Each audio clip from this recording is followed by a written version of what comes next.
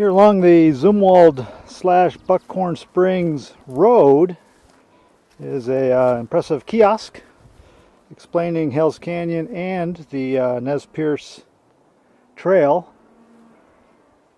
Here it says, a nourishing land for thousands of years. Each generation teaches the next how the earth can feed us. For thousands of years, the Nimi-Pu Nez Perce people followed the seasonal changes in available plant and animal foods from the canyon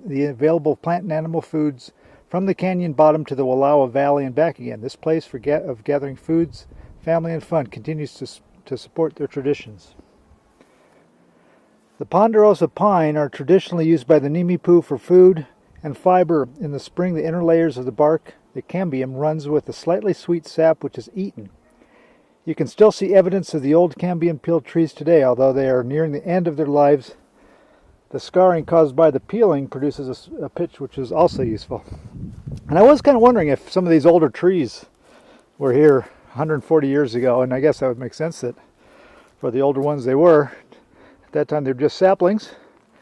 Beautiful stretch of along the northeast Oregon. It's out of the Wallowas, north of the Wallowas, and walked out of the grasslands into just very bucolic ponderosa pine. And easy walking for me because I got my camping gear and camera gear on the baby stroller. And the weather's good, life is good. Onward, ho, on the Nez Perce Trail.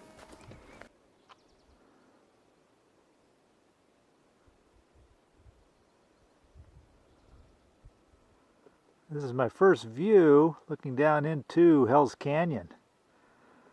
Up on the ridge here, right on the rim. Looking at a whole lot of time carved into those rocks by the Snake River over eons and eons. Just a very impressive canyon, Hell's Canyon. Now the Nez Perce, they actually took their horses and crossed the Snake River somewhere over on that direction. And I was reading it that when they crossed the river, they didn't know that would be the last time that they would be crossing the Snake. They thought they'd be coming back to their homeland, but that was not to be. And I'm following the rim of the Hell's Canyon, heading north to Washington State, be going to Lewiston, and then crossing the Snake, and then going back south, and then connecting up with where the Nez Perce crossed into the Idaho region. It wasn't Idaho, obviously, when they crossed into it, and then that was when they first started having skirmishes and battles with the settlers and cavalry, and that will be further on down the trail. But I just wanted to stop here and take in this magnificent vista of Hell's Canyon.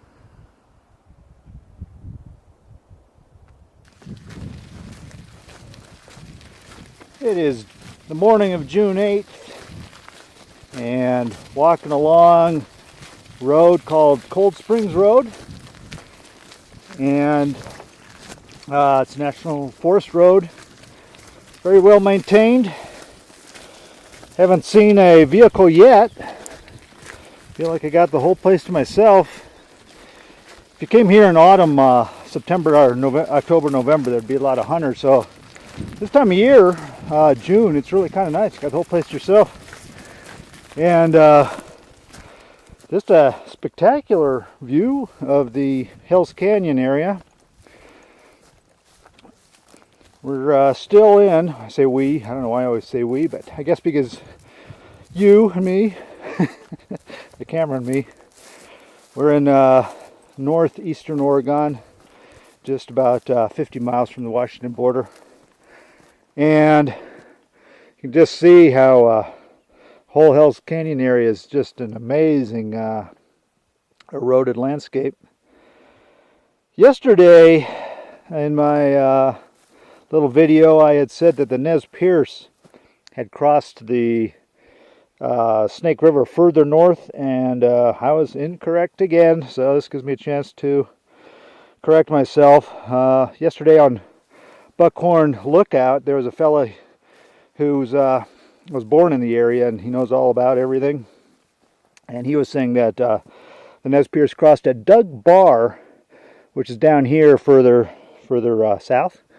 And so they went down into the Hell's Canyon, went along the Imnaha River to Doug Bar, and then crossed the Snake River, which must have been an extremely challenging endeavor because it was this time of year, it was in May. And if it's like this year, the rivers are just extremely full with all the spring runoff. And so, you know, it's almost like you wonder how they kept their everything dry and how they didn't lose any of their the babies as they were crossing the Snake River, because it must have been extremely challenging. I know that they did lose a lot of cattle and horses. And so this walk in the forest road here, which, you know, I never hear about people walking the roads. It's just, I guess, why do it when you can ride a car or ATV or motorcycle? But when you got the whole place to yourself, it's really kind of a nice way to go. It's very comfortable, and as you can see, just spectacular lookouts ever intermingled between the nice forest country that I've been walking through. And so just having a delightful morning here on the Nez Perce Trail.